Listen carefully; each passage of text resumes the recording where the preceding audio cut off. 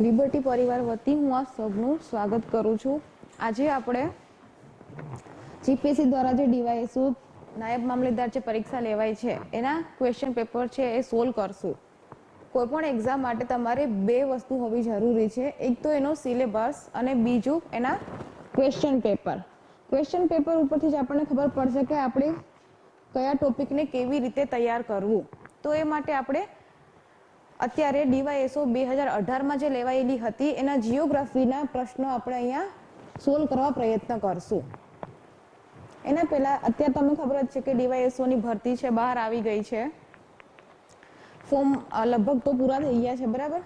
તો લિબર્ટીમાં તમારે એડમિશન લેવું હોય ઓનલાઈન અને ઓફલાઈન બંને રીતે તમને સુવિધા આપવામાં આવે છે. તમે ઓફલાઈન પણ લઈ શકો છો અને ઓનલાઈન પણ લઈ શકો છો. જો તમે ઓફલાઈનમાં તમે જોઈન થશો તો તમને ઓનલાઈન કોર્સ છે એ ફ્રી મળશે.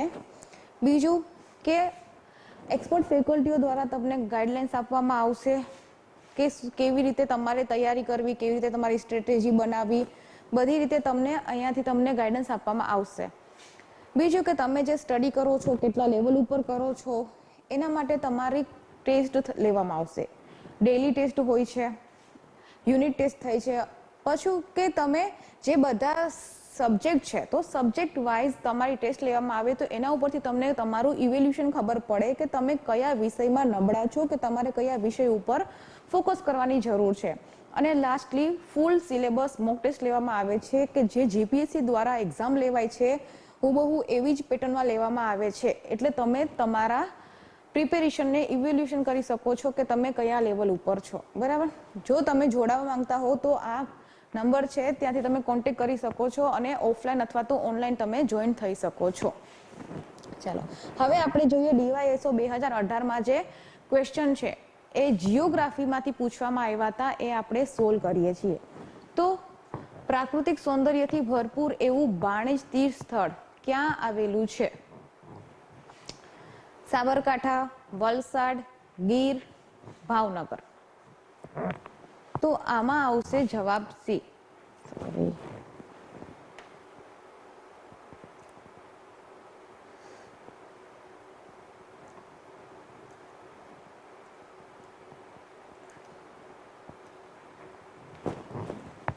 આમાં આવશે આન્સર સી.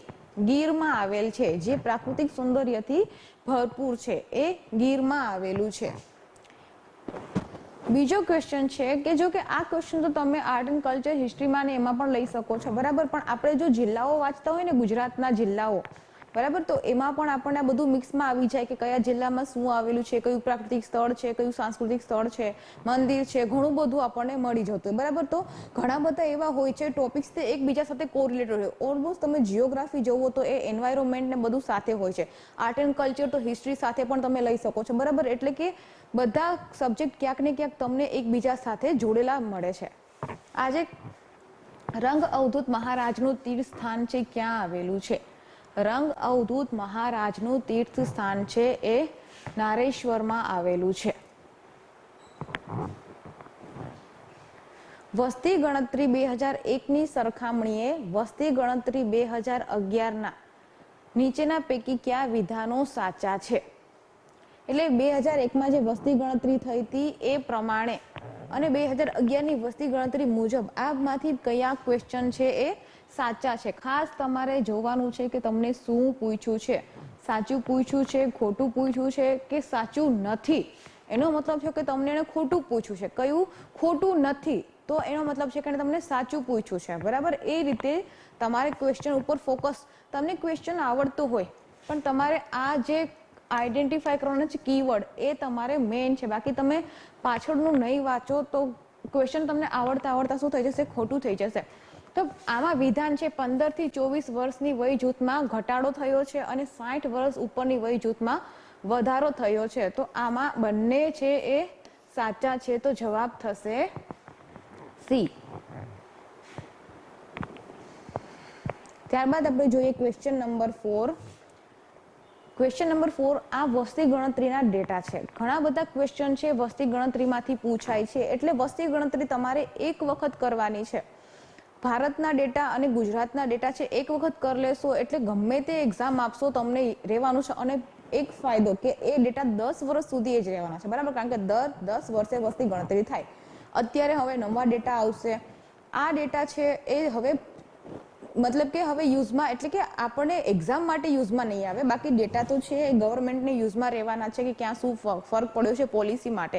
એટલે તમે એકવાર પ્રિપેર કરી લેશો એટલે પૂછાશે, અને હજુ નવા ડેટા નહીં આવે તો તમારી એક્ઝામ ડીવાયએસઓ પહેલા જો ડેટા નહીં આવે તો તમારે 2001 અને 11 વાળા, એટલે કે 11 વાળા ડેટા તમારે કરી લેવાના. એમાંથી ક્વેશ્ચન હશે, 4-5 ક્વેશ્ચન તો હશે જ.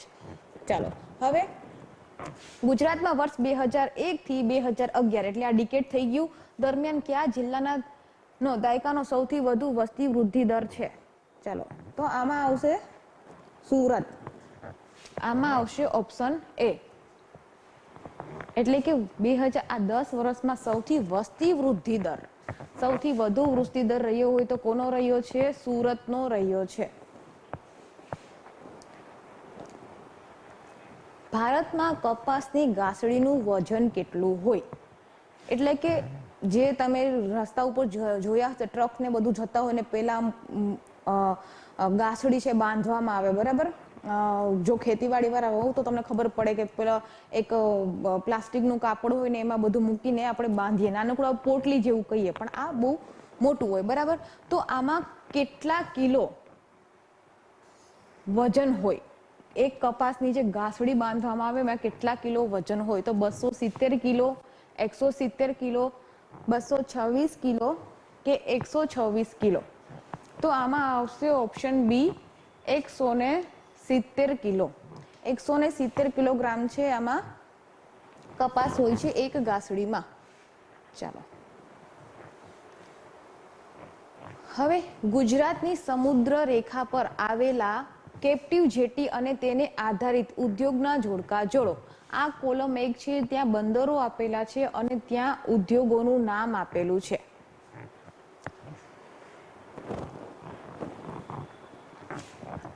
હઝીરા છે, તો હઝીરા ત્યાં કયો ઉદ્યોગ છે? તો એ આવશે એશાર બલ્ક ટર્મિનલ લિમિટેડ, સિક્કા Digvijay cement company, Pipavav UltraTech cement company અને જખો સાંધી ઇન્ડસ્ટ્રી લિમિટેડ. એટલે કે બધા છે 1A, 2B, 3C, 4D. એટલે કે આમાં આપણે જોઈએ તો આપણો જવાબ આવશે ABCD, એટલે આવશે જવાબ A. આમાં આવશે જવાબ ક્વેશ્ચન 6 માં આન્સર આવશે A. ચાલો, આ મેં તમને કીધું હતું એવી રીતે કે તમે ભૂગોળને પર્યાવરણ સાથે પણ જોડી શકો છો. તો આ પર્યાવરણમાં તમને ક્વેશ્ચન તમે એમાંય લઈ શકો છો અને આમાંય આવી શકે છે, બરાબર. કારણ કે ભૂગોળ ને આ બધું પ્રાકૃતિક વસ્તુ છે. તો હવે તમે જો આપણે જે આપદા ને બધું આવતું હોય, સુનામી ને આ બધું, તો એને આપણે બીજા ક્લાઇમેટ ચેન્જ સાથે ને બધું જનરલ સાયન્સના ક્વેશ્ચન સાથે એની સાથે આપણે જોડી શકીએ છીએ. તો વીજળીનો ચમકારો એ ક્યાં જૈવ રાસાયણિક ચક્ર સાથે જોડાયેલી ઘટના છે. એટલે કે વીજળીનો ચમકારો થતા, બરાબર, કયું છે ચક્ર છે જોડાયેલું છે? તો આમાં ઓક્સિજન ચક્ર આવે, નાઇટ્રોજન ચક્ર, કાર્બન ડાયોક્સાઇડ ચક્ર કે ફોસ્ફરસ ચક્ર? તો આમાં આવશે નાઇટ્રોજન ચક્ર, બરાબર. વીજળીનો ચમકારો જ્યારે જમીન ઉપર આ વીજળી થતી હોય તો વીજળીના ચમકારાના કારણે જમીનમાં નાઇટ્રોજનનું સ્થાપન થાય છે. એટલે ક્યાંક ને ક્યાંક કયું ચક્ર થશે? નાઇટ્રોજન ચક્ર સાથે સંકળાયેલું છે. જુઓ, દ્વારકાના ચૂનાના ખડકોના વિસ્તાર અને કચ્છનો ડુંગરાળ વિસ્તાર ખાલી જગ્યા ખડકો ધરાવે છે. આપણે જે ખડકો આવે છે, ખડકોના પ્રકાર આવે છે, તો ખડકોના પ્રકાર વિકૃત આવે, પ્રસ્તર આવે, અગ્નિકૃત આવે, બરાબર. અગ્નિકૃત છે એ સૌથી પહેલા ખડકો છે, લાવાના બનેલા હોય છે, બરાબર. પછી પ્રસ્તર ખડક આવે છે અને વિકૃત ખડક આવે છે. એટલે કે અગ્નિકૃત અને એટલે કે એ ખડકનું વિકૃત સ્વરૂપ હોય કે એમાંથી બીજું બને કંઈક અને એમાંથી પાછું કંઈક ત્રીજું બને, બરાબર. તો ખડકમાંથી એકાદો ક્વેશ્ચન તો દર વર્ષે હોય જ છે. તો આ જે વિસ્તાર છે કચ્છનો અને દ્વારકાનો, એ કયા ખડકોનો બનેલો છે? તો વિકૃત, પ્રસ્તર, અગ્નિકૃત કે ઉપરમાંથી કોઈ નહીં? તો આનો જવાબ આવશે સી, અગ્નિકૃત ખડકોનો બનેલો છે.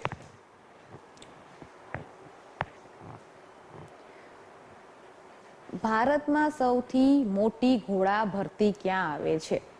ભારતમાં સૌથી મોટી ઘોડા ભરતી એટલે કે જે મોજા હશે સૌથી વધારે ક્યાં ઉછળતા હોય, બરાબર, સૌથી વધારે મોજા છે ક્યાં ઉછળતા હોય, તો એ નર્મદા ભરૂચમાં, મહાનદી જગતસિંહપુર, કાવેરીમાં, હંસલા દેવી અથવા તો ગંગા નદી હુગલી કોલકાતા. ગંગા નદી છે, તમને ખબર જ છે ગંગા નદીના જે 2 ફાટા થાય છે, એક ફાટો છે પદ્મા તરીકે બાંગ્લાદેશમાં જશે અને બીજો ફાટો છે જે હુગલી તરીકે પશ્ચિમ બંગાળમાં રહેશે અને તેના જ કિનારે કોલકાતા આવેલું છે. આપણા જે મહાબંદરો છે એમાંનું એકમાત્ર મહાબંદર છે એ અહીંયા હુગલી નદીના ઉપર જ આવેલું છે, બરાબર, નદીય બંદર છે. તો આમાં જવાબ આવશે કે સૌથી મોટી ઘોડા ભરતી છે ક્યાં આવે છે, તો ગંગા નદી. ગંગા નદી હુગલી એટલે કે આપણે ગંગા નદી કહેવાય છે પશ્ચિમ બંગાળમાં, પણ એ ગંગા નદી નથી, એ ખરેખર કઈ નદી છે, હુગલી છે. કારણ કે ગંગા તો ફરક્કા બેરેજ પાસેથી વિભાજિત થઈ જાય છે એટલે કે હુગલી નદીમાં આવે છે.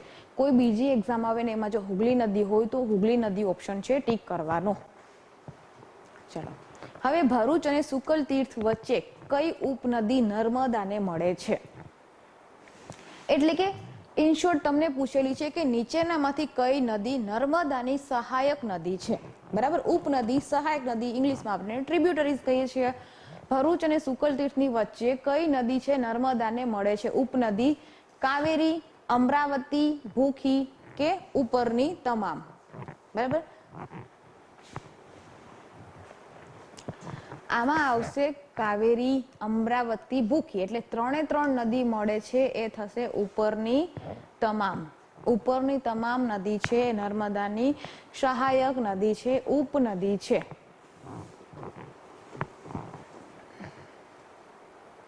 ચલો,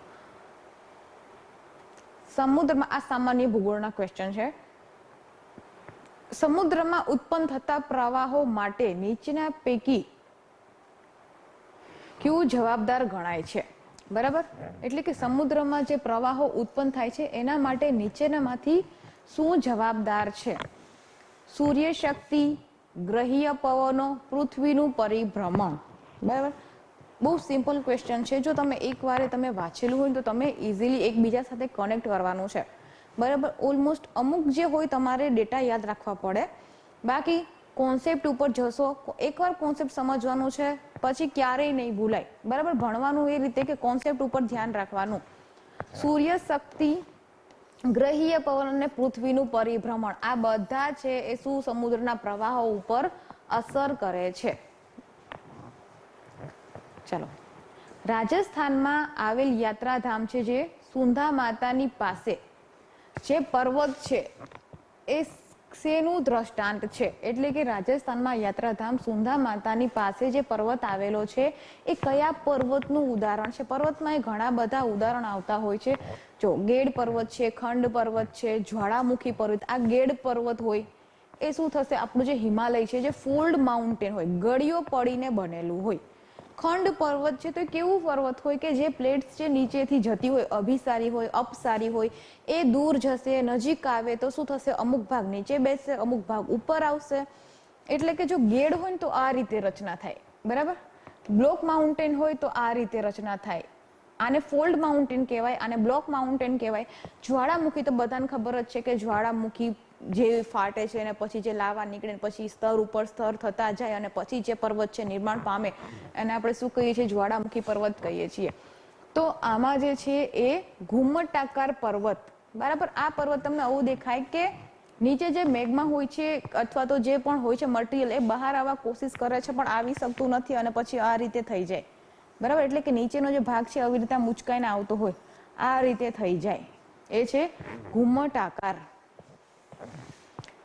ચાલો, ખાલી જગ્યા પ્રકારના જંગલોમાં મરી, લવિંગ, ઇલાયચી જેવા તેજાના ની બગાયત માટે ઉપયોગી છે. એટલે કે કયા જંગલોમાં આપણે મરી મસાલા છે એ આપણે ઉગાડી શકીએ છીએ અથવા તો આપણે એનું શું કરીએ છીએ, ત્યાં ખેતી કરીએ છીએ. તો જો તમને આટલું પણ મગજમાં હોય ને કે મરી મસાલામાં ને બધામાં કેરળ પહેલા નંબર ઉપર છે, બરાબર. કેરળમાં એટલે કે થોડુંક દક્ષિણમાં કર્ણાટકમાં કેરળમાં સૌથી વધારે ઉત્પાદન થાય છે. તો એના માટે તમને ખબર પડી જાય કે ત્યાં કયા પ્રકારના જંગલો આવેલા હોવા જોઈએ. કેરળમાં તો વરસાદ સારો એવો થાય છે, બરાબર. તો પછી કયા જંગલો હોય, ઉત્તમ કટિબંધીય પાનખર, ઉષ્ણકટિબંધીય કાંટાળા, ઉષ્ણકટિબંધીય નિત્યલીલા જંગલો કે પર્વતીય જંગલો? તો આમાં જવાબ આવશે સી, ઉષ્ણકટિબંધીય નિત્ય લીલા જંગલો. નિત્ય લીલા જંગલો એટલે શું કે એ કાયમ માટે લીલા રહેતા હોય, પાંદડા ખેરવે બધું થાય એમાં, પણ આ મિક્સ પ્રકારના જંગલો હોય કે આમાં જે બધા વૃક્ષો છે એ એમની દરેક ક્રિયા છે અલગ અલગ સમયે કરતા હોય. એમાં પાંદડું આવવું, એમાં ફૂલ થવા, એમાં ફ્રૂટ થવા, એનું પાંદડું ખેરવું, એ બધી પ્રક્રિયા છે અલગ અલગ સમયે થતા હોવાથી આપણને આ જંગલો છે ક્યારેય આપણને મતલબ પાંદડા વગરના દેખાતા નથી. આપણે જ્યારે જોશું ત્યારે સદાબહાર દેખાશે. એ છે નિત્ય લીલા જંગલો. તો જે આપણે મરી મસાલા છે એ કયા જંગલોમાં થશે? ઉષ્ણકટિબંધીય નિત્ય લીલા જંગલોમાં થશે. બરાબર. કેરળમાં જે ટાઈપની જે ક્લાઇમેટ છે એ જ ટાઈપનું નોર્થ ઇસ્ટમાં છે. બરાબર. એટલે કે ત્યાં જમીન પ્રકારની જોવા મળશે, આબોહવા પ્રકારની જોવા મળશે. તો કેરળમાં ઓલમોસ્ટ જે થતું હોય એ આપણે નોર્થ ઇસ્ટમાં પણ લઈ શકીએ છીએ. કનેક્ટ કરતા શીખવાનું. ચાલો, છત્તીસગઢના બસ્તર જિલ્લાની ખાલી જગ્યાની ખાણ છે એશિયાની સૌથી મોટી સુસજ્જિત ખાણ છે. એટલે કે મિકેનાઇઝ્ડ છે. એટલે કે મિકેનાઇઝ ઇન ધ સેન્સ કે મશીનરી, કે સૌથી આધુનિક મશીન છે. બહુ સરસ ઘણા બધા વિશાળ મશીનો છે જેનો ઉપયોગ કરી અને ખનન કરવામાં આવે છે. તો એ કઈ ખાણ છે? કોલસાની ખાણ છે, લોહ અયસ્કની ખાણ છે, મેંગેનીઝ કે બોક્સાઇટ? તો આમાં આવશે લોહ અયસ્કની ખાણ છે. ચાલો, હવે આ ક્વેશ્ચન કોન્સેપ્ટ ઉપર છે. કોન્સેપ્ટ ઉપર આધારિત છે કે જો તમે વરસાદનું વિતરણ ભારતમાં અને ગુજરાતમાં ભણેલા હો, વરસાદ ઉપર છે કે ભારતમાં વરસાદ મોન્સૂન, બરાબર, એના ઉપર ત્યાં તમને ખબર પડી જાય. અને વરસાદ સાથે તમે કનેક્ટ કરો તો પછી તમને જંગલો, ખેતીઓ બધું ખબર પડે. એટલે કે એક પોઈન્ટ હશે એની સાથે ઘણું બધું કનેક્ટેડ હોય છે. ભારતમાં પશ્ચિમ તટ પર વરસાદ પશ્ચિમથી પૂર્વ જતા ખાલી જગ્યા થાય છે અને ગુજરાતમાં પૂર્વથી પશ્ચિમ જતા ખાલી જગ્યા થાય છે. એટલે કે ઇન ધ સેન્સ પૂછેલું એ છે કે જો તમે પશ્ચિમથી ભારતમાં પશ્ચિમથી પૂર્વ જાઓ તો વરસાદ ઘટે છે કે વધે છે, અને ગુજરાતમાં જો તમે પૂર્વથી પશ્ચિમ જાઓ છો તો વરસાદ છે વધે છે કે ઘટે છે. બરાબર, બંનેમાં વધે છે ઘટે છે પૂછ્યું છે. એટલે કે તમને કન્ડિશન આપી દીધી છે કે ભારતમાં શું થાય છે, ગુજરાતમાં શું થાય છે. ઓપ્શન એ બંને જગ્યામાં ઓછો આવશે.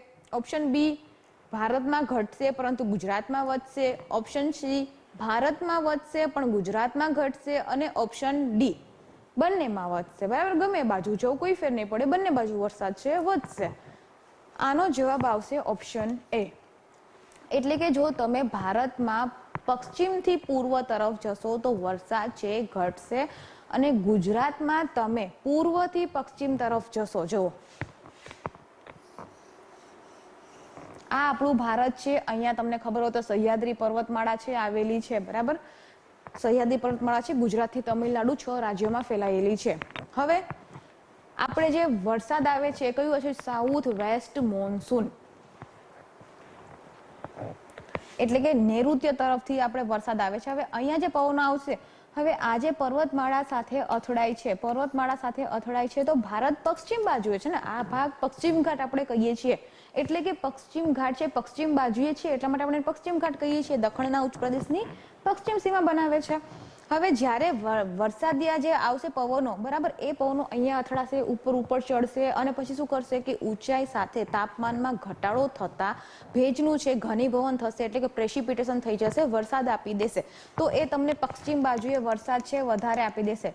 ખબર છે કેરળમાં પૂર આવે છે, બોમ્બેમાં બહુ વધારે વરસાદ થાય છે, પરંતુ પાછું બેંગ્લોર તમે લઈ લો કે પુણે લઈ લો, એમાં વરસાદ કેવો થાય છે? ઓછો થાય છે. એનું રીઝન શું છે કે બોમ્બે અહીંયા છે તો પુણે અહીંયા છે. મતલબ કે હવે આ પવનો એકવાર અહીંયા વરસાદ આપી દીધો પછી એની પાસે એટલો બધો ભેજ ના હોય. બરાબર, એટલે કે પૂર્વ બાજુ જશું એટલે શું થશે? વરસાદ છે ઘટશે. અને ગુજરાત, આ આપણું ગુજરાત, બરાબર. હવે ગુજરાતમાં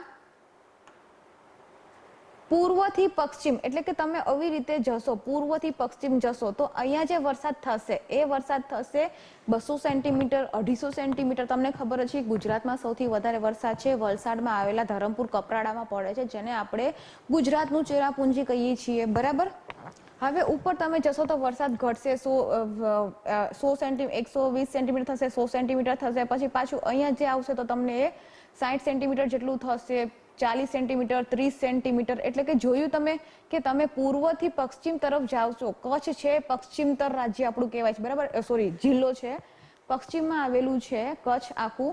તો તમે વલસાડથી તમે જશો તો શું થશે, વરસાદ છે અહીંયા ઘટે છે, બરાબર. એટલે કે આમાં જવાબ આવશે ઓપ્શન એ.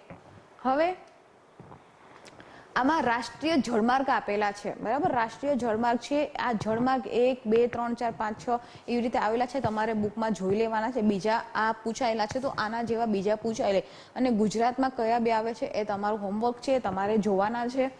ચલો, આમાંથી જે કઈ જોડ ખોટી છે, બરાબર. આપણને ખબર પડી છે કે રાષ્ટ્રીય જળમાર્ગ 1 તો આના ઉપર આપણે ટીક કરી દઈએ, બરાબર, કારણ કે આપણે વાંચ્યું ના હોય કે ખોટી પૂછી છે, બરાબર. એ કીવર્ડ ઉપર તમારે ફોકસ કરવાનું છે. તો રાષ્ટ્રીય જળમાર્ગ 1 ગંગા અને ભગીરથી, બરાબર, અને હુગલી.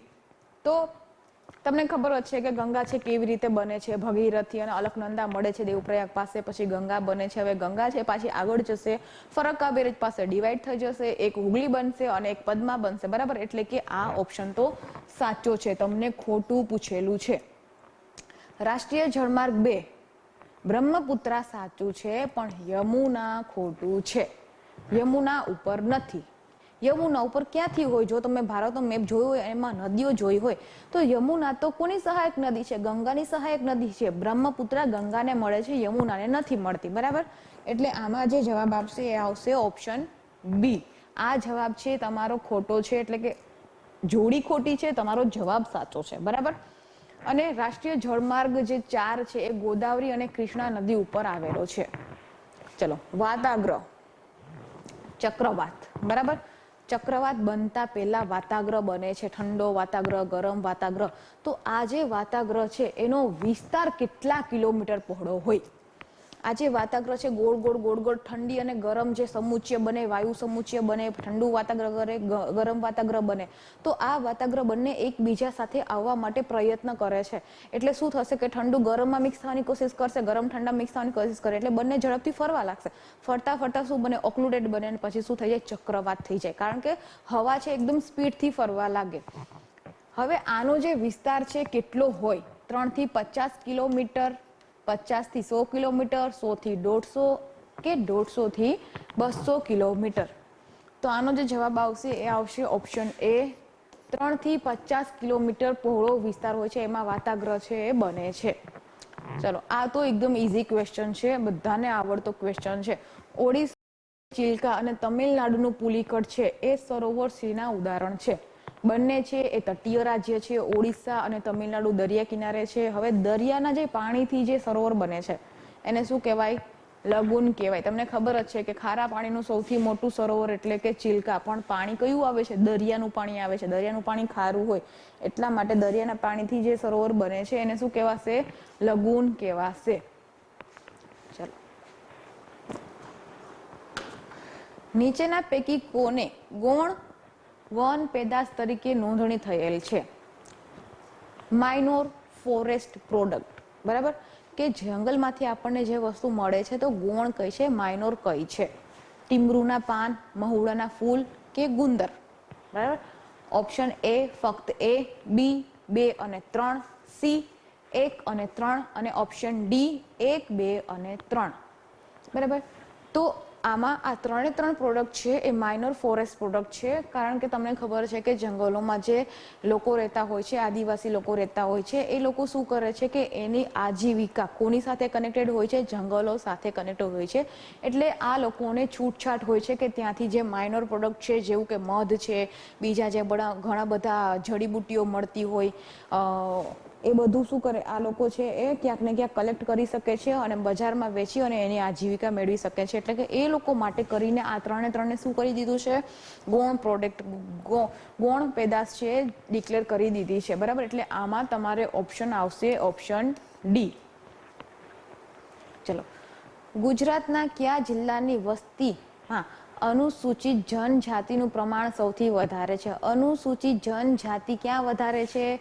વડોદરા, વલસાડ, દાહોદ કે સુરત? તો આમાં આવશે જવાબ દાહોદ. દાહોદમાં અનુસૂચિત જનજાતિનું પ્રમાણ છે એ વધારે છે. ચલો ક્વેશ્ચન નંબર 21 આપણે જોઈએ છીએ. પૃથ્વીના સીમાના સ્તરની નીચે આવેલા ભૂગર્ભના કેન્દ્રના ભાગમાં મુખ્યત્વે ખાલી જગ્યા જેવા નક્કર ધાતુમય દ્રવ્ય રહેલા હોય છે. એટલે કે પૂછેલું છે કે સીમાની નીચે પૃથ્વીના કેન્દ્રમાં કઈ બે ધાતુ આવેલી છે. તમને ખબર છે કે સીમા સિયાલ અને આપણે આ શું કહેવાય છે નીફે આપણે જોયેલું હોય તો આપણને ખબર હોય નીફે તો નિકલ અને ફેરિયમ.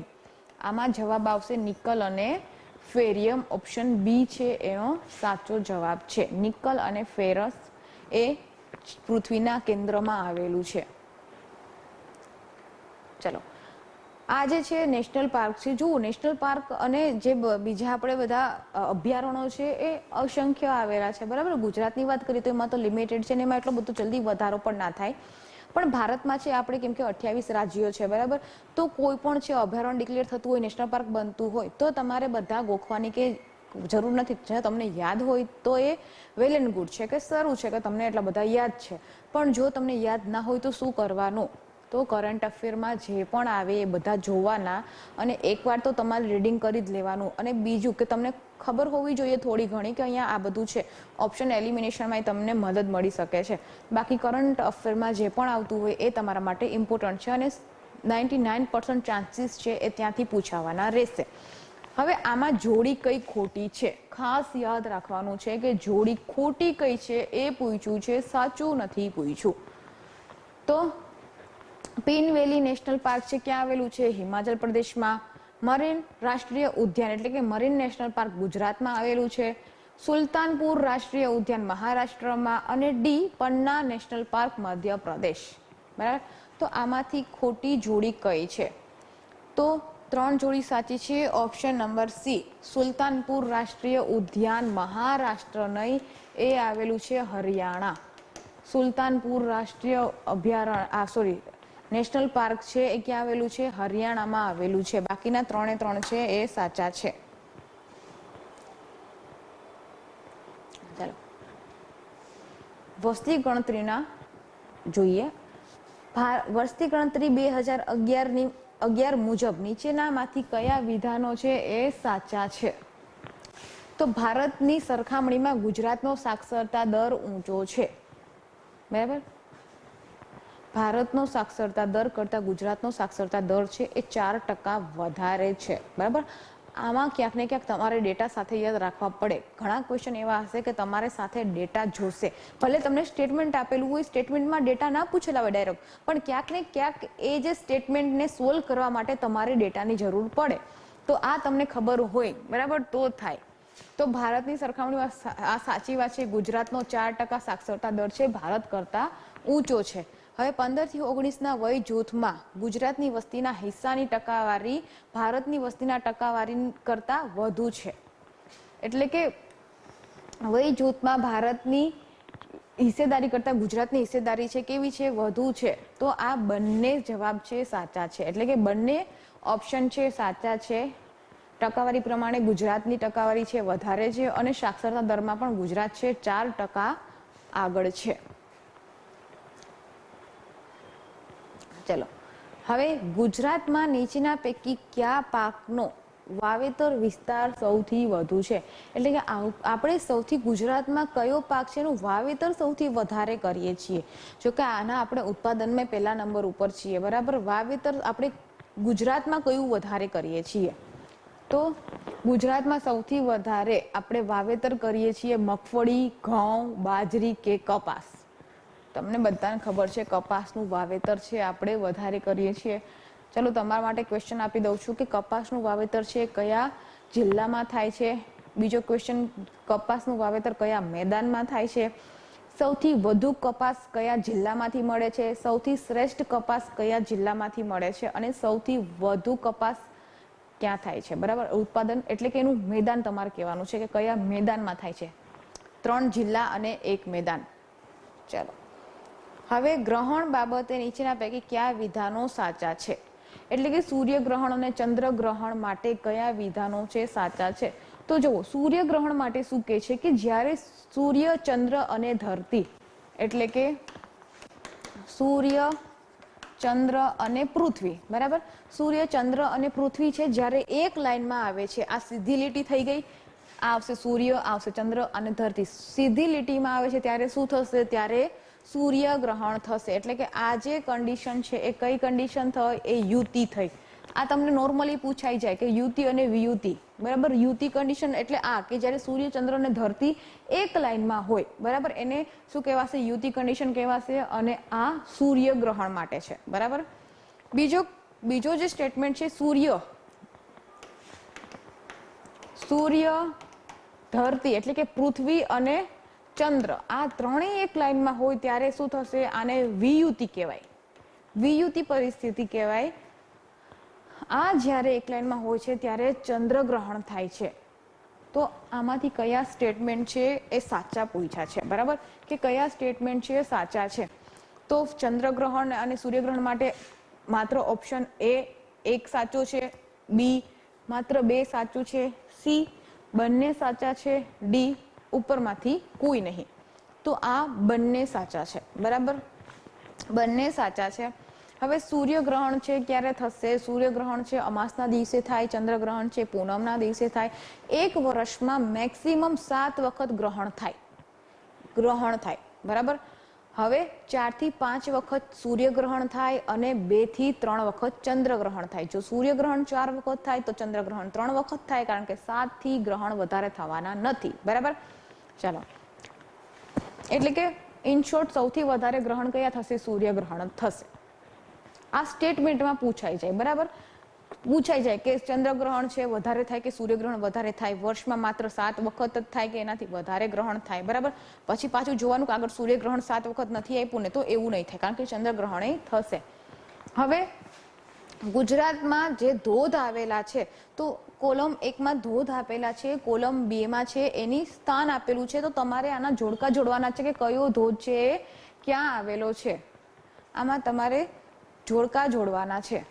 ચલો, તો નિર્ણય ધોધ છે ક્યાં આવેલો છે, નિર્ણય ધોધ છે એ ડેડિયાપાડામાં આવેલો છે, નિર્ણય ધોધ ડેડિયાપાડામાં આવેલો છે. હાથણી માતાનો ધોધ છે જાંબુઘોડા આવેલું છે, જોડિયા છે ધરમપુર આવેલું છે, ચીમેર છે એ ડાંગમાં આવેલું છે. તો ઓપ્શન સી એક જ છે, 3 માં 1 થશે, 2 માં ડી થશે અને બી થશે. એટલે આમાં જવાબ આપશે ઓપ્શન બી. જો તમને ખાલી એમને ખબર હોય ને કે ચીમેર છે ક્યાં આવેલું છે, ચીમેર ધોધ છે ડાંગમાં આવેલું છે, તો આ બધા ઓપ્શન એમને નીકળી જશે, બરાબર. એલિમિનેશન ટેકનિક યુઝ કરવાની સૌથી સારામાં સારી અને 100% વર્ક કરતી ટેકનિક છે એલિમિનેશન મેથડ. જો તમને આવડતી હશે તો બીજું તમારે એમાં જોવાનું જ નથી આવતું, બરાબર. એ 100% તમારો જે જવાબ હશે સાચો જ હશે. ચાલો, હવે 9મી અને 10મી સદી દરમિયાન આધુનિક દક્ષિણ ગુજરાત માટે ખાલી જગ્યા શબ્દ પ્રયોજાતો હતો. એટલે કે જે 9મી અને 10મી સદી હતી ત્યારે જે આપણો દક્ષિણ ગુજરાત વાળો ભાગ છે એને કયા નામે ઓળખવામાં આવતું હતું, એટલે કે કયું નામ છે એ પ્રયોજાતો હતો, લાટ, સુલખા, ભાખા કે ગુર્જર, બરાબર. આ તો તમને ખબર જ છે કે શુલ્કા નહોતું, સૌરાષ્ટ્ર માટે યુઝ કરતા હતા, આ ઉત્તર ગુજરાત માટે યુઝ કરતા હતા, ભાખાઈ નથી, તો એક લાટ પ્રદેશ, બરાબર. એટલે કે નર્મદા નદીની દક્ષિણેથી જે પણ પ્રદેશ ચાલુ થાય છે એને આપણે લાટ પ્રદેશ તરીકે ઓળખીએ છીએ. અને અત્યારે આપણે એને પૂરના મેદાનો પણ કહીએ છીએ, બરાબર. પૂરના મેદાનો તરીકે પણ આપણે એને ઓળખીએ છીએ. તો આ હતા તમારા 2018માં જે ડીવાયએસઓ જીપીએસસી દ્વારા લેવામાં આવી હતી સુપર ક્લાસ 3ની એક્ઝામમાં. એક જિયોગ્રાફીના ક્વેશ્ચન છે, આટલા ક્વેશ્ચન હતા, બરાબર. આમાં તમે ક્યાંક ને ક્યાંક 1-2 ક્વેશ્ચન આગળ પાછળ થઈ જાય, પણ ઓન એન એવરેજ 23-25 જેટલા ક્વેશ્ચન છે જિયોગ્રાફીમાંથી હોય છે. મેજર સબ્જેક્ટ છે, કરવો પડે એવો સબ્જેક્ટ છે, બરાબર. અને જો ઇન્ટરેસ્ટ હોય તો બહુ સરસ રીતે માર્ક છે સ્કોર થઈ જાય છે. અને બીજું કે લિબર્ટીમાં આપણે ઓનલાઈન અને ઓફલાઈન છે ક્લાસીસ આપણે ચાલુ કરવાના છીએ. એટલે તમે ઓફલાઈન અને ઓનલાઈન માટે તમે બ્રાન્ચમાં ઇન્ક્વાયરી કરી શકો છો અને વિઝિટ કરી શકો છો. ઓફલાઈન બેચ માટે એડમિશન લેશો તો તમને ઓનલાઈન કોર્સ છે ફ્રી મળશે, બરાબર. અને ઓનલાઈન તમે તમારી સુવિધા મુજબ કે તમને જેવી રીતે અનુકૂળ આવે એ રીતે તમે બધા છે એ લેક્ચર જોઈ શકો છો, બરાબર. ચાલો.